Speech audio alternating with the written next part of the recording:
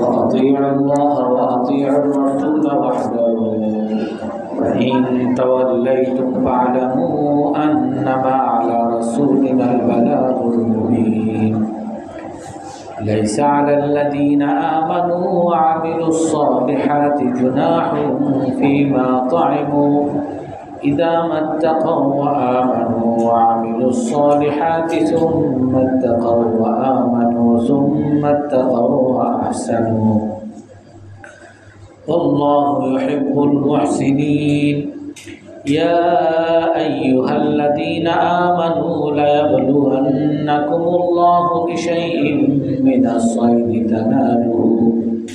تناله أيديكم ورماحكم ليعلم الله من يخافه بالغيب فمن اعتدى بعد ذلك فله عذاب أليم صدق الله العظيم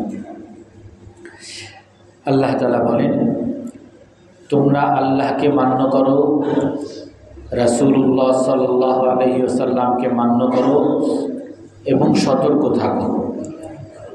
তারপরেও যদি তোমরা মুখ ফিরাও তবে জেনে রাখো আমার রাসূলের উপরে স্পষ্ট পৌঁছানো দায়িত্ব।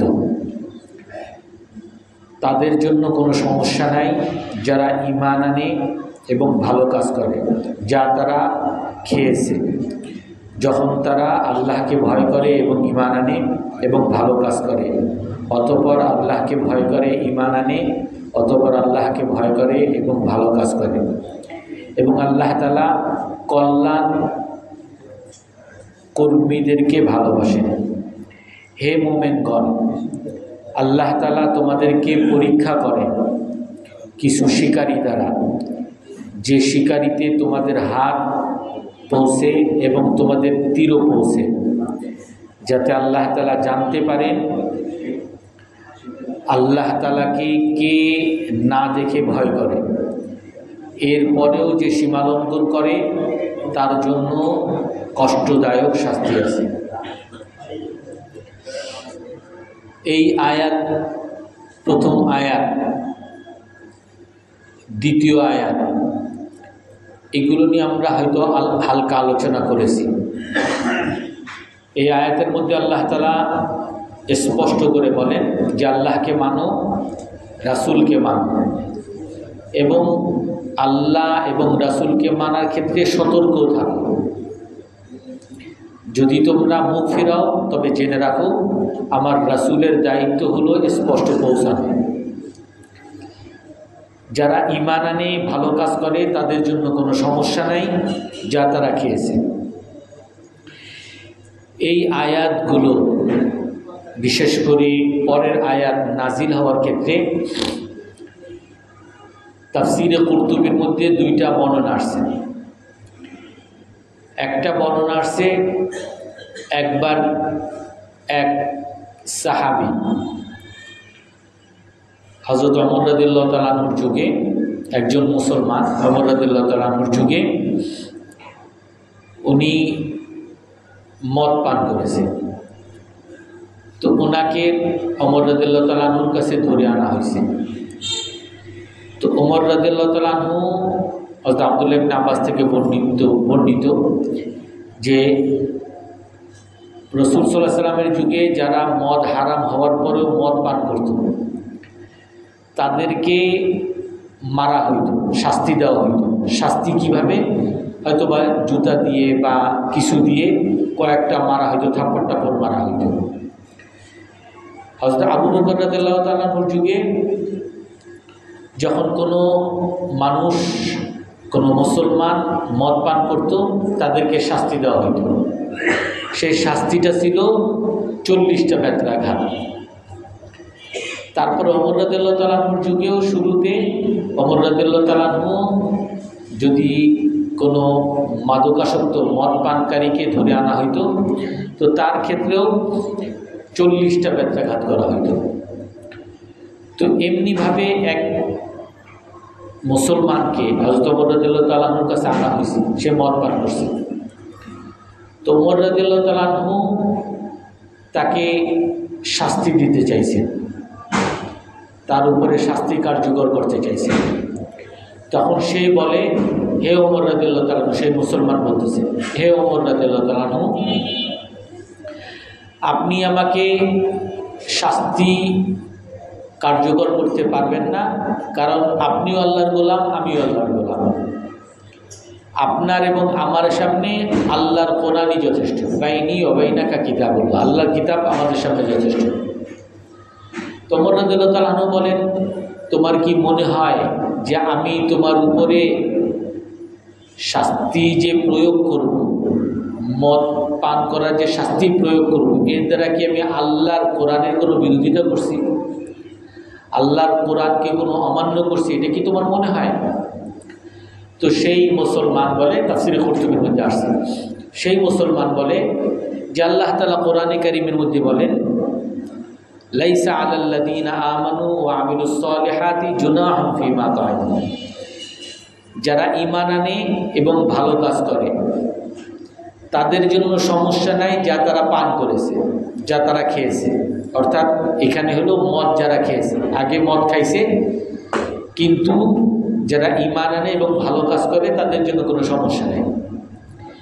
ইদা মাত্তাকাও, যখন তারা আল্লাহকে ভয় করে এবং ঈমান আনে, ভালো কাজ করে, অতঃপর আল্লাহকে ভয় করে, ঈমান আনে, অতঃপর আল্লাহকে ভয় করে এবং ভালো কাজ করে। অর্থাৎ যে ঈমান আনে, ভালো কাজ করে, আল্লাহকে ভয় করে, সে মদ পান করলে বা যা সে মদ পান করেছে তার জন্য কোনো সমস্যা নেই। তো এই মুসলমান বলতেছে, আল্লাহ তাআলা বললেন যদি মুমিন হয় আর ভালো কাজ করে তাহলে তার জন্য কোনো সমস্যা নেই। তো আমি তো একজন মুমিন, আমি ভালো কাজ করি, আমি অমুক অমুক যুদ্ধে অংশগ্রহণ করছি, অমুক অমুক জিহাদে অংশগ্রহণ করছি, তো আমি তো ভালো মানুষ। তো আল্লাহ বলেন যে সে যতটুকু মদ খায় তাতে কোনো সমস্যা নেই, তো আপনি আমার এই কেন শাস্তি দিবেন? তো তখন হযরত ওমর রাদিয়াল্লাহু তাআলা আনহু, সে যেহেতু কোরআনের কথা বলছে, তো ওমর রাদিয়াল্লাহু তাআলা আনহু তখন সাহাবাদেরকে লক্ষ্য করে বলেন, আলা তারুদ্দুনা আলা হাযা, তোমাদের মধ্যে কি কেউ নাই এই ব্যক্তির উত্তর দিবে? তখন আব্দুল্লাহ ইবনে আব্বাস রাদিয়াল্লাহু তাআলা আনহু দাঁড়াইছে। তো আব্দুল্লাহ ইবনে আব্বাস রাদিয়াল্লাহু তাআলা আনহু বলেন যে হে আমিরুল মুমিনিন, আমি এর উত্তর দিব। যে কি উত্তর? যে এই আয়াতের আগের আয়াতে আল্লাহ তাআলা স্পষ্ট করে বলেন, ইয়া আইয়ুহাল্লাযীনা আমানু, হে মুমিনগণ, নিশ্চয় মদ, জুয়া এটা শয়তানের কাজ, ফাজতানিবু, এটা থেকে বেঁচে থাকো। আল্লাহ তাআলা মুমিনদেরকে লক্ষ্য করে বলেন যে তোমরা মদ শয়তানের কাজ, এখান থেকে বেঁচে থাকো। তো উনি যদি মুমিনই হয় তাহলে তো উনি মদের ধারে কাছেও যাওয়ার কথা না। উনি যখন মদের ধারে কাছে গেছে তো তার মানে উনি আল্লাহ তাআলার বিধানকে লঙ্ঘন করছে, সেই জন্য তো তার জন্য তো শাস্তি হবেই। তখন হযরত ওমর রাদিয়াল্লাহু তাআলা আনহু বলেন, হ্যাঁ তুমি সত্য বলছো। তখন আলী রাদিয়াল্লাহু তাআলা আনহু আবার বলেন যে হে আমিরুল মুমিনিন, মান শারিবা ওয়া সাকারা ফাকাদ হুজিয়া, যে মদ পান করে আর মদ পান করে মাতাল হয় সে আবল তাবল বকে। যে মদ পান করে মাতাল হয় সে আবল তাবল বকে। তো এও মদ পান করে মাতাল হয়েছে, আবল তাবল বকতেছে। ওমান হুজিয়া ফাকাদ ইফতারা, আর যে আবল তাবল বকে সে অন্যের উপরে অপবাদ লাগায়, মিথ্যা অপবাদ লাগায়। আর ইনি মাতাল হওয়ার কারণে সে কোরআনকে বুঝেও বা না বুঝেও কোরআনের উপরে সে অপবাদ লাগাইতেছে, আল্লাহর উপর অপবাদ লাগাইতেছে। আর ওমান ইফতারা ফাকাদ আলাইহি জিলদু সামানি, আর যে অপবাদ লাগায় আল্লাহ তাআলা কোরআনে কারীমের মধ্যেই ঘোষণা করছেন তার শাস্তি হইল ৮০ বেদ। অন্য এক আয়াতের মধ্যে সাল্লাযীনা ইয়ারমুনাল মুহসানাত, যারা নাকি সতী নারীকে অপবাদ লাগায়, মিথ্যা অপবাদ লাগাইছে যে সে ব্যভিচার করছে, আর সে এটাকে প্রমাণিত করতে পারে নাই, তো যদি কেউ মিথ্যা অপবাদ লাগায় তো তাকে ধরে এনে সামানিনা জালদা, কোরআনের মধ্যে আছে তাকে ৮০ বেত্রাঘাত করতে হবে যদি কেউ মিথ্যা অপবাদ লাগায়। তো যে পাগল হয়, যে মাতাল হয় সে আবল তাবল বকে, আর যে আবল তাবল বকে সে অপবাদ লাগায়।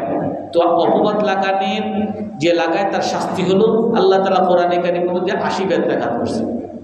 তো ওমর রাদিয়াল্লাহু তাআলা বলেন, হ্যাঁ আপনি সত্যি বলছেন, তারপরে তাকে 80টা বেত্রাঘাত লাগায়।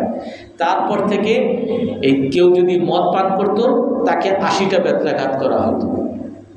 কারণ এই মদ যে পান করছে, মদ পান করার কোনো তার কি শাস্তি হবে, এই শাস্তি রাসূলুল্লাহ সাল্লাল্লাহু আলাইহি সাল্লাম থেকে অথবা কোরআনে কারীমের মধ্যে স্পষ্ট কিছু ছিল না। তো এই ঘটনার পর থেকে হযরত ওমর রাদিয়াল্লাহু তাআলা আনহু এই যারা মদ পান করত, মাদকাসক্ত হইত, তাদেরকে 80 বেত্রাঘাত করেছেন। তো এই আয়াত মূলত নাজিল হয়েছিল, এই লোক তো ভুল ব্যাখ্যা দিছে, কিন্তু এই আয়াত মূলত নাজিল হয়েছে অন্যদের ক্ষেত্রে। তাফসীর ইবনে কাসিরের মধ্যে ঘটনা আসছে, রাসূল সাল্লাল্লাহু আলাইহি সাল্লামের উপরে যখন এই আয়াত নাজিল হয়েছে, ইয়া আইয়ুহাল্লাযীনা আমানু ইন্নামাল খামরু ওয়াল মাইসির, যে মদ এটা হলো শয়তানের অপবিত্র কাজ, অতএব এটা থেকে বেঁচে থাকুন। শয়তান ইন্নামা ইউরিদু শাইতানু আন ইউকিআ বাইনাকুমুল আদাওয়াতা ওয়াল বাগদা, শয়তান এই মদের দ্বারা মানুষের মধ্যে শত্রুতা লাগায়, এটা থেকে বেঁচে থাকুন, হারাম হয়েছে।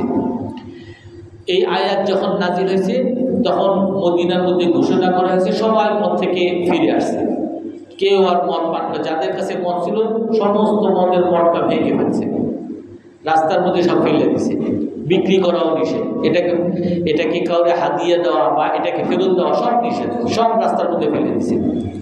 তো রাসূল সাল্লাল্লাহু আলাইহি ওয়াসাল্লাম যখন এই মদ নিষিদ্ধের কার্যকারিতা খুব কঠোরভাবে যখন বাস্তবায়ন করে, তখন কিছু সাহাবা হতাশ হয়ে যায়, আর হতাশ হয়ে রাসূলের কাছে আসে, হে আল্লাহর রাসূল, আমরা তো মদ এত বড় একটা অপবিত্র জিনিস, এটা থেকে তো আমরা পবিত্র হইলাম, কিন্তু আগে তো আমরা মদ খাইছি, এই মদ তো আমার পেটের মধ্যে আছে, এই মদ তো পেটের মধ্যে ঢুকে গেছে, আর এইগুলোর বাইর করবো কেমন, মদ তো শরীরের মধ্যে ঢুকে গেছে। আবার আমাদের কিছু ভাই যারা মারা গেছে, দুনিয়া থেকে চলে গেছে, তারা তো মদ খাইছিল, তারা তো জানতো না যে মদ এটা নিষিদ্ধ, ওই সময় মদ নিষিদ্ধ হয়নি, তো তাদের পেটে তো মদ ছিল, তারা তো শয়তানের অপবিত্র জিনিস পেটের মধ্যে নিয়ে গেছে, তো তাদের কি অবস্থা হবে, পেরেশান হয়ে গেছে। আল্লাহ তাআলা আয়াত নাযিল করেন, লাইসা আলাল্লাযীনা আমানু ওয়া আমিলুস সালিহাত, তাদের জন্য কোনো সমস্যা নেই যারা ঈমান আনে এবং ভালো কাজ করে, ফিমা তাইমু, যা তারা খেয়েছে, যারা এখন মুসলমান হয়েছে এবং ভালো কাজ করতেছে এবং মদকেও ছেড়ে দিছে, আল্লাহ সমস্ত হুকুম হাকামকে মানতেছে, পুরোপুরি অটল আছে, সে আগে যা করছে এইটার জন্য আল্লাহ তাআলা ধরবেন, আল্লাহ তাআলা মাফ করে দিছে, আগে যা করছে এইটার জন্য কোনো সমস্যা নেই, কারণ সেই সময় এই মদকে আল্লাহ তাআলা নিষিদ্ধ করেন নাই। যারা দুনিয়া থেকে চলে গেছেন তাদের সময়ও আল্লাহ তাআলা মদকে নিষিদ্ধ করেন নাই, তো সেই হিসাবে যেই মদ তাদের পেটের মধ্যে গেছে সেটাকে এই শয়তানের অপবিত্র কাজ হিসাবেও গণ্য হবে না, কারণ তখন আল্লাহ তাআলা নিষিদ্ধ করেন নাই, তো এই জন্য কোনো সমস্যা নেই। ইদা মাত্তাকাউ ওয়া আমানু, তারপরে কি বলেন আল্লাহ তাআলা, যে যখন সে আল্লাহকে ভয় করে এবং ঈমান আনে এবং ভালো কাজ করে, একই জিনিস কিন্তু দুইবার বলতেছে, আগে একবার গেছে তাদের জন্য কোনো সমস্যা নাই যে ঈমান আনে এবং ভালো কাজ করে যা তারা খেয়েছে, যখন তারা আল্লাহকে ভয় করে, ঈমান আনে এবং ভালো কাজ করে, দ্বিতীয়বার আবার বলতেছে সুম্মা তাকাউ ওয়া আমানু, অতঃপর আবার আল্লাহকে ভয় করে এবং ঈমান আনে, সুম্মা তাকাউ ওয়া আহসানু, আবার বলতেছেন চতুর্থবার, তার অতঃপর যারা আল্লাহকে ভয় করে এবং ভালো কাজ করে, এবং আল্লাহ তাআলা কল্যাণ কর্মীদেরকে ভালোবাসেন। তো এই আয়াত পাইলে, যেমন এই এক মুসলমান হযরত ওমর রাদিয়াল্লাহু তাআলার সামনে নিজে হারাম করার জন্য এক সুতা বাইর করছে, যে আপনি আমার শাস্তি দিবেন কোত্থেকে, আল্লাহ বলতেছে কোনো সমস্যা নেই, আর আপনি আমার শাস্তি দিবেন কেন, এই যেমন কোরআনের অপব্যাখ্যা করে এক সুতা বাইর করতেছে, এমনি অনেক মানুষ আমাদের সমাজে পাবেন, অনেক মানুষ এরকম বলবে যে আল্লাহ তাআলা এখানে একই বিষয়ে কেন 3-4 বললেন, যে তার জন্য কোনো সমস্যা নাই, যে ঈমান আনে ভালো কাজ করে, যদি যখন আল্লাহকে ভয় করে, ঈমান আনে ভালো কাজ করে, অতঃপর আবার আল্লাহকে ভয় করে, আবার ঈমান আনে, অতঃপর আবার আল্লাহকে ভয় করে, আবার ভালো কাজ করে, এরকম একই বিষয়ে এই 3-4 বার কেন বলছেন আল্লাহ তাআলা? এটা তো মনে হয় যে বারবার বলা একই জিনিস বারবার বলে মনে হয় বেহুদা কথাবার্তা বলে, নাউযুবিল্লাহ জানি। আল্লাহ তাআলা এই আয়াতের দ্বারা কয়েক ধরনের মানুষের তিনটা স্তরকে বুঝাইছে। এই যে তিনবার যে আনা হয়েছে, তিনবারের দ্বারা তিনটা স্তরকে বুঝাইছে। প্রথম স্তর লাইসা আলাল্লাযীনা আমানু ওয়া আমিলুস সালিহাত, যারা ঈমান আনছে ভালো কাজ করছে তাদের জন্য কোনো সমস্যা নাই যা তারা খেয়েছে, যে মদ তারা খেয়েছে, যখন সে আল্লাহকে ভয় করে। প্রথম স্তরের মানুষ। প্রথম স্তর কারা? যারা আগে মারা গেছে আর তারা দুনিয়া থেকে চলে যাওয়ার সময় সেই সময় মদ হারাম হয়নি, তারা ঈমানও আনছে এবং তারা ভালো কাজও করছে, তাদের জন্য মদ নিষিদ্ধই ছিল না। যেহেতু তাদের জন্য মদ নিষিদ্ধ ছিল না, তো সেই জন্য এই মদ যদি তারা খেয়েও থাকে, এইখানে তাদের আল্লাহকে ভয় করা বা নাই করা এই কোনো শর্তই লাগবে না, কারণ তার জন্য ওটা হারামই ছিল না। সেই জন্য আল্লাহ তাআলা প্রথমে কি বলতেছেন, যারা ঈমান আনে ভালো কাজ করে তাদের কোনো সমস্যা নেই। তারপর আবার বলতেছেন কি, সুম্মা তাকাউ ওয়া আমানু, অতঃপর আবার আল্লাহকে ভয় করে এবং ঈমান আনে, তাদের জন্য সমস্যা নেই। এরা কারা? এরা হলো রাসূল সাল্লাল্লাহু আলাইহি সাল্লামের যুগে এখনো জীবিত আছে, কোরআন এখনো নাজিল হইতেছে। সাহাবায়ে কেরাম যারা বলতেছে যে আমরা তো এখন মদ ছাড়ছি, কিন্তু মদ আমাদের পেটে এখনো আছে, আমরা এই মদ কি করব? তো এদের মধ্যে এরা যদি চিন্তা করতো যে আমার মদ থাকুক তাতে সমস্যা কি, অথচ আল্লাহ তাআলা বলছেন মদ অপবিত্র জিনিস, এইটা তুমি পেটের মধ্যে নিতে পারো না, এটা থেকে বেঁচে থাকো। তার মধ্যে যদি চিন্তা থাকতো যে আমার পেটে মদ আছে তাতে সমস্যা কি, যেমন আমাদের মধ্যে অনেকেই চিন্তা করি যে আমি তো হারাম খাই না, আমি তো হারাম উপার্জন করি না। একজন মানুষ দাওয়াত দিছে, সে ঘুষ খায়, তাতে আমার কি, তার ঘুষ তার হবে, কোনো চিন্তা নাই। একজন মানুষ একটা হাদিয়া দিছে যে হুজুর আপনার টুপি দিলাম, অথচ আমি জানি সে সুদ খায়, আর আমি চিন্তা করি যে আমার হাদিয়া দিছে, সমস্যা কি, কোনো চিন্তা নাই। যদি রাসূলের যুগে যারা ছিলেন, যারা জীবিত ছিলেন, ওই সময় যদি তারা মদ তো ছাড়ছে, কিন্তু আগে যে মদ খাইছে এই জন্য কোনো চিন্তা যদি না থাকতো, তো আল্লাহ তাআলার ভয় তাদের মধ্যে নাই, এটা ধরে নেওয়া হয়তো। কারণ আল্লাহ তাআলা যদি কাউকে শাস্তি দেন তার কোনো উপায় আছে? এখন যদি এই সাহাবীরা চিন্তা করেন যে আমার পেটে যে মদটা আছে আমি তো হারাম হওয়ার আগে খাইছি, কিন্তু এখনো তো আমার পেটে আছে, আল্লাহ যদি বলে যে তুই কেন খাইলি এটার জন্য যদি আমার ধরে, তা আমি কি করব? এই ভয়ের কারণে উনি পেরেশান হয়ে গেছে, হতাশ হয়ে গেছে। হে আল্লাহ রাসূল, আমার পেটে যে মদ আছে এগুলো কি করব? যেমন হযরত আবু বকর রাদিয়াল্লাহু তাআলা আনহু, ওনার গোলাম একবার ওনাকে হাদিয়ে দিছে, একটা খাবার এনে দিছে, তুমি ওনার অনেক ক্ষুধা ছিল, উনি খেয়ে ফেলছে। তারপর তাকে বলতেছেন যে তুমি এই খাবার কোত্থেকে আনছো? উনি বলেন যে আমি এরকম আগে একজনের কাজ করছিলাম, অর্থাৎ এইটা একটা সন্দেহজনক খাবার ছিল, হারাম না কিন্তু সন্দেহজনক খাবার ছিল। তো এইটা শোনার সাথে সাথে যে তুমি আমাকে হারাম কেন খাওয়াইলে, আবু বকর রাদিয়াল্লাহু তাআলা পেটে খাবার চলে গেছে। তখন আবু বকর রাদিয়াল্লাহু তাআলা বমি করে, চেষ্টা করে বমি করে সেই খাবারকে বের করে ফেলছে। অর্থাৎ আল্লাহর ভয় এমনভাবে যে আল্লাহ যদি আমাকে ধরে, যে পেটের মধ্যে যেটা আমি আমার অজান্তেই ঢুকছে, হারামটা আমার আমি জানতাম না, এইভাবেই ঢুকছে, কিন্তু আল্লাহ যদি আমাকে ধরে আমার কি অবস্থা হবে? তো এই জন্য আবু বকর রাদিয়াল্লাহু তাআলা আল্লাহর ভয় ওই পেটের খাবার বমি করে বের করে ফেলছে। তো আল্লাহ তাআলা বলেন যে তাদের জন্য কোনো সমস্যা নাই যারা ঈমান আনে ভালো কাজ করে, অর্থাৎ যারা মারা গেছে আগে। যারা বর্তমানে আছে এরা যখন ভয় করবে আল্লাহকে, ঈমান আনবে, ভালো কাজ করবে, এদের জন্য সমস্যা নেই। তো দুই প্রকার গেল। তৃতীয় প্রকার, সুম্মা তাকাউ ওয়া আহসানু, হারাম হইছে রাসূলের যুগে বা সাহাবাদের যুগে বা আমাদের বর্তমান যুগে।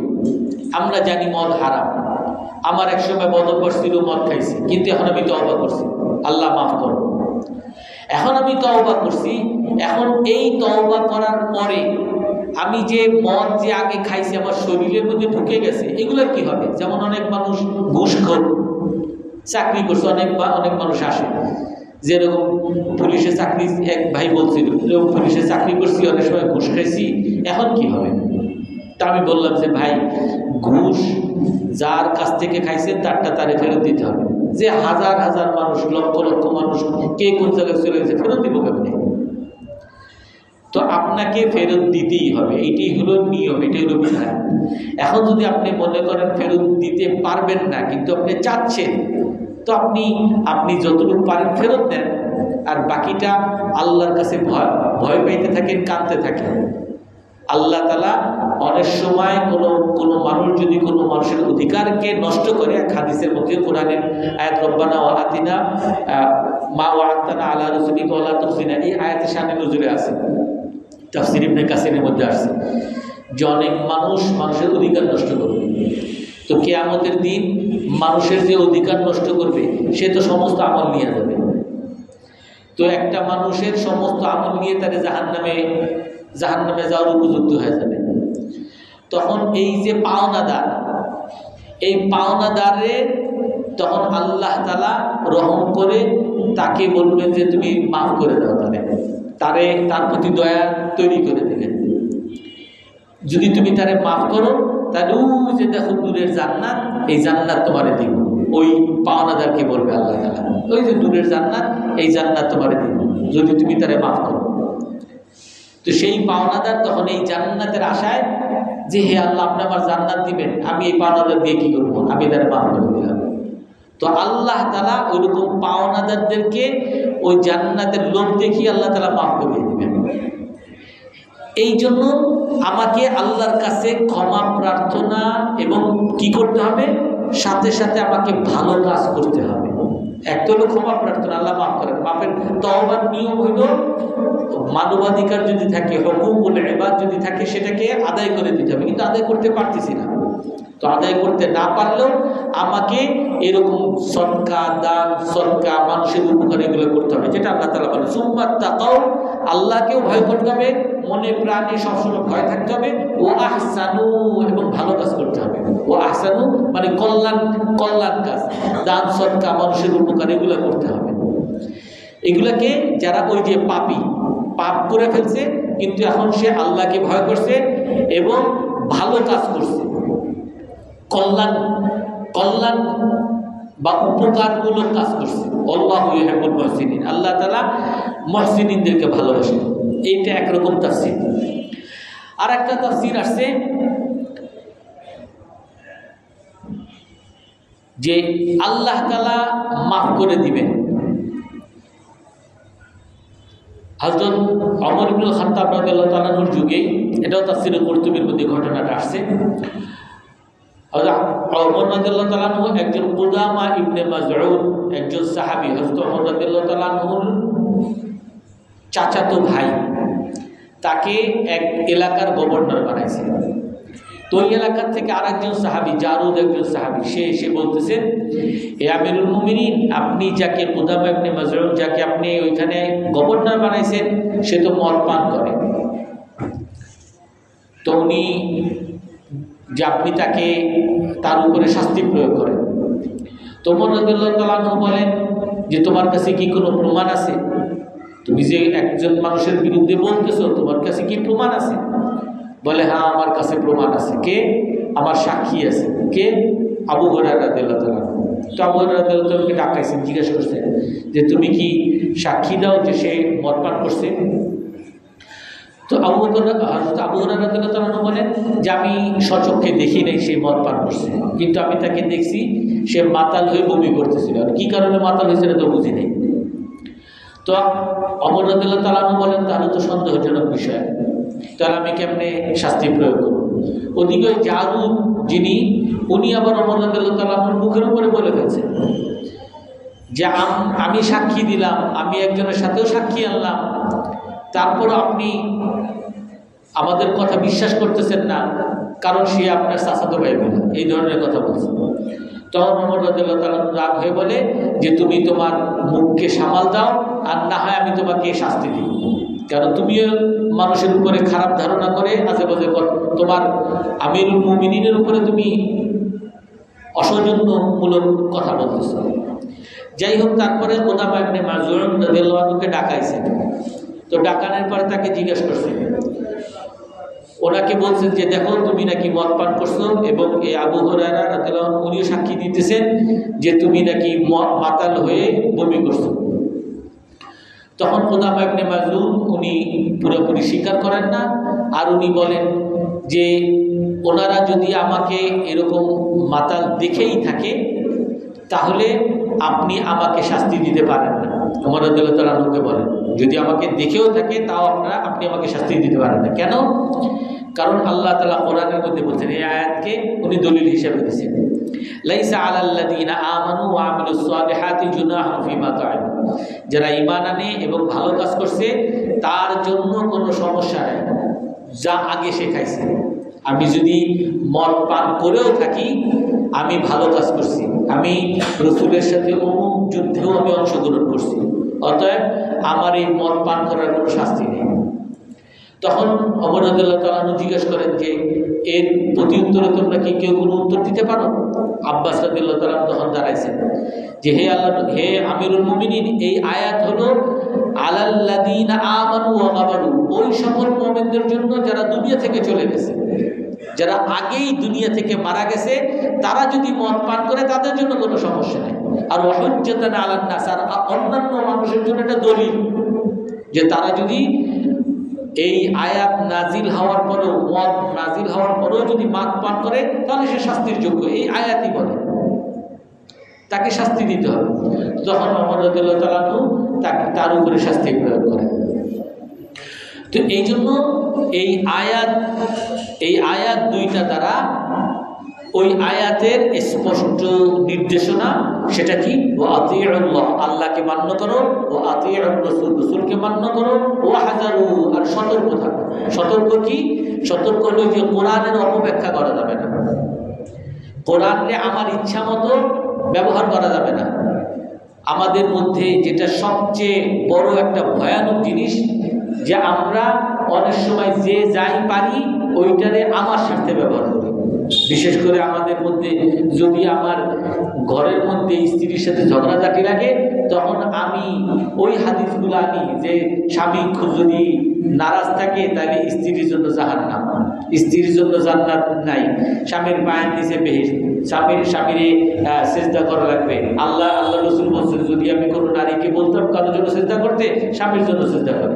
অথচ সে ওই হাদিস ভুলে যায় যেখানে আল্লাহ তাআলা স্পষ্ট করে বলেন, ওয়াশিরুহুন্না বিল মারুফ, তোমার নারীদের সাথে, তোমার স্ত্রীদের সাথে ভালো ব্যবহার করো। এটা ওয়াজিব, স্বামীর জন্য ওয়াজিব। তিনটা ওয়াজিব, তিনটা অধিকার, স্ত্রীর তিনটা অধিকার।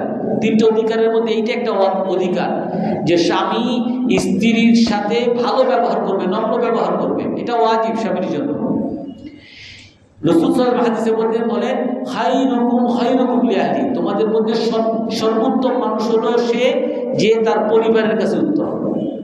যেই পরিবার বলবে যে আমার স্বামী আমারে মারে, সে যতই পিসাব হোক, আর যতই খতিব সাহেব হোক, যতই ইমাম সাহেব হোক, আল্লাহ রসুলের ভাষায় সে সর্বনিকৃষ্ট মানুষ।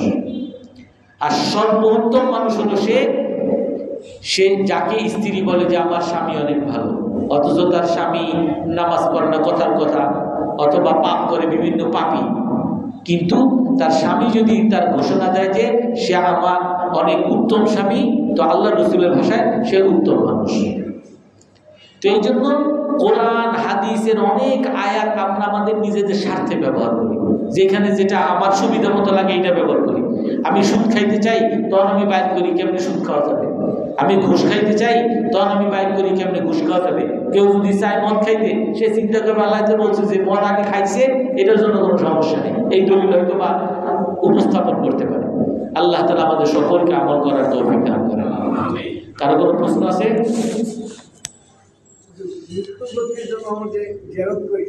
হ্যাঁ মৃত ব্যক্তির জন্য। হ্যাঁ বাবা মারা গেল, হ্যাঁ কিন্তু আমি দোয়া করলে উনি কি বুঝতে পারে? আপনি যখন দোয়া করবেন তখন আল্লাহ তাআলা ফেরেশতার মাধ্যমে তার কাছে ওই দোয়া পৌঁছিয়ে দেন। এক হাদিসের মধ্যে আছে যে কবরের মধ্যে কবরবাসীর জন্য আনন্দ আসছে, আলাদা একটা স্পেশাল জিনিস আসছে। তখন বলে বিমা ইয়া রাসূল, হে আল্লাহ এটা কোথা থেকে আসলো? তখন আল্লাহ তাআলা বলেন বিওয়ালাদিকা সালেহ, তোমার ওই যে নেক সন্তান রেখে আসছো সে তোমার জন্য দোয়া করছে।